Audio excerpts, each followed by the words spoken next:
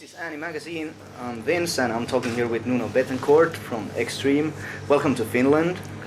And my first question is, where have you been so long? We've been waiting for you. We've been? Well, like around 1995, I lost my watch and I lost my compass. But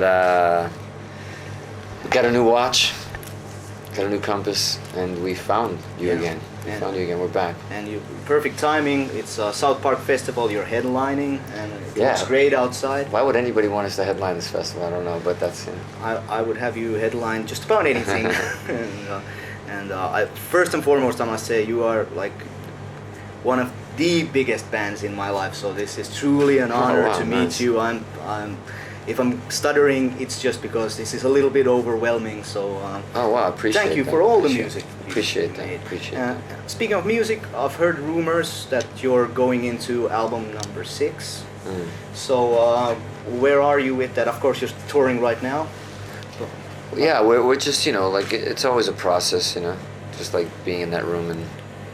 Yeah, you were playing just before. You never know what you're coming up with. So I mean, we have a lot of material. We're just kind of deciding, when, to get us all together, and so hopefully by the end of the year we'll have a couple of tracks out, and maybe beginning of next year have an album. I read your quote. You said you'd be ready, but everybody else is busy doing a Hurt Smile, and Pat's doing his own album. Yeah. There's a little bit of truth to that, but at that time. But it's good to have the humor in when making music. Yeah.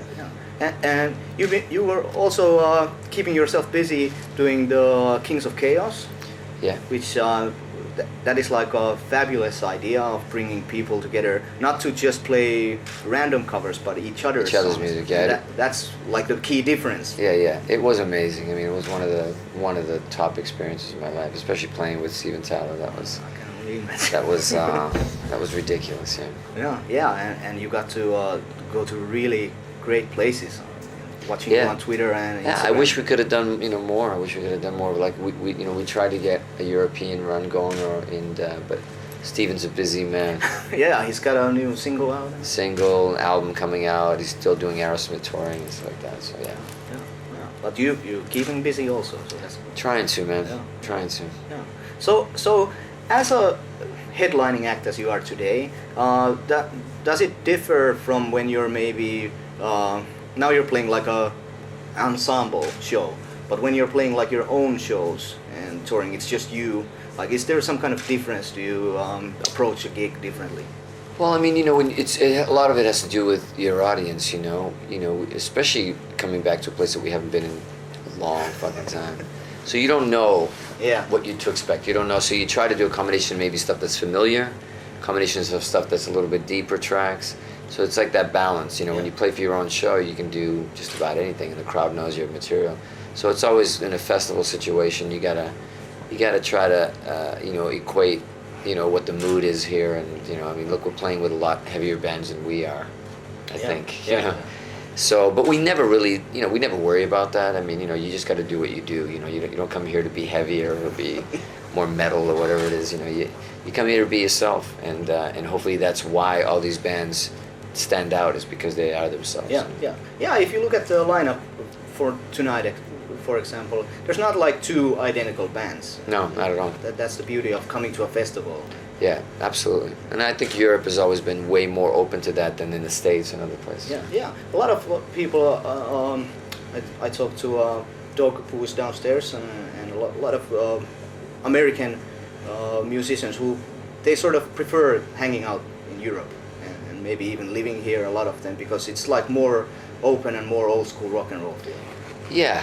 Look, it depends. It depends where, we've always said that anyways, that all the festivals here. I mean, in America, even when we were touring in the '90s, I mean, there's no way that we could play a festival. And I remember Page Plant to be on it, and then Soundgarden, and then Rod Stewart.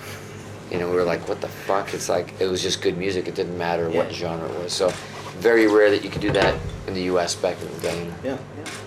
But it's maybe even easier nowadays to just, a lot of countries have their own big venues. You're going to Sweden tomorrow. Yep. So you get this chance of being on big stages and lot of people. Yeah. What is it like looking like? Do you recognize like, oh, there's like a single person, or is it just like ocean of people? You know, Like? it depends how big the audience is. Obviously, when it's a bigger crowd, when you're doing 10, 20, 30, 40,000, it's definitely an ocean. But you always connect with single people. You know, I think, you know, there's always, you don't lose that, you know. And sometimes that's the good news and sometimes it's the bad news. Sometimes it's just one guy giving you the finger the whole time. So, but it's like then you're proving him wrong the whole rest of the night. yeah, when somebody gives me the finger, I just blow them kisses all night. Yeah, really upset them. Well, that's the, but why would somebody come into the show and just to... You never know, man. Like, you know, sometimes fans in festivals, you know, you get one person like a hardcore, like, Accept fan. It's like, I'm just here to fucking see Accept, and then you guys come up and like, what?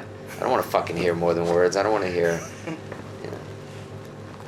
But you mentioned more than words, and of course you probably play it every time you pick up an instrument and somebody asks you to play something. That's probably what they want. But is it still like, yeah, this is pretty cool?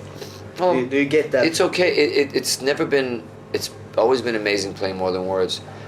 Not so much to play the song for ourselves, but because it's become like a duet with the audience. Yeah. Always, they sing most of it, and it's that connection, that experience that, you know, it always feels good. It's not. We don't play the song like it's the song anymore. It's not ours. You know, it's theirs. Yeah. So. Yeah. So what would be like a song? No, this is just for me. Like, do you have like, for not all time? Maybe right now you have just one song you're really. Well, I mean, this like probably one of the ones that we keep because we all love to play is like I'm Ever Gonna Change. We play that. That's great. And it's always something that makes us escape in our own world for a while. We don't know how many people know it or don't know it, but you know, there's always a handful of songs like that we do that, you know. Some songs off of Saudades, you know, like Take Us Alive, some stuff like that. That's just more fun for us than anybody else. Yeah. And you might go off the script a little bit. Yeah. it happens. Yeah. Talking of the new material, do you have like an idea of what it's gonna be? Is it gonna be a little bit what you did last time? Because there's been an evolution with all your albums, and I think you've gone more to like roots. Like steadily, like it all sounds extreme. Yeah, but I know what you're saying. It's kind of gotten more stripped back as we go. I don't know. I mean, a part of me thinks that maybe, I don't know. You know, we wake up every other week thinking, oh, we're gonna do this type of album, or we're gonna do that type of album, we're gonna make it heavier, or we're gonna make it, we're gonna do. It's gonna be just fucking pop. I don't know. You know, it's like, we. That's the problem with being in this band is that, you know, it always ends up all over the place. We will never really know. I personally, right now, am feeling something definitely a bit heavier, a bit even less rootsy, but just something maybe a bit more aggressive. I don't know. Yeah, but let's see it in 2 weeks. Yeah, exactly. You're absolutely right.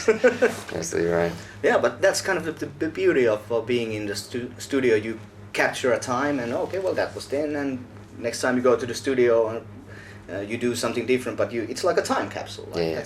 That's and for me, your album, Three Sides to Every Story, really takes me to a certain age and a certain place in my life, and it's carried through. And I still go back to sort of like being a teenager when I'm listening to that, or even playing. We did a tribute for you guys as a pre-show. Month and a half ago, and you know, there was a lot of Three Sides to Every Story in that show, because I was like, no man, we gotta go with Warheads. Yeah. So thanks for that album. That's cool. Appreciate it. Hey, I want to talk just a little bit about something that nobody probably usually talks about, but your solo stuff.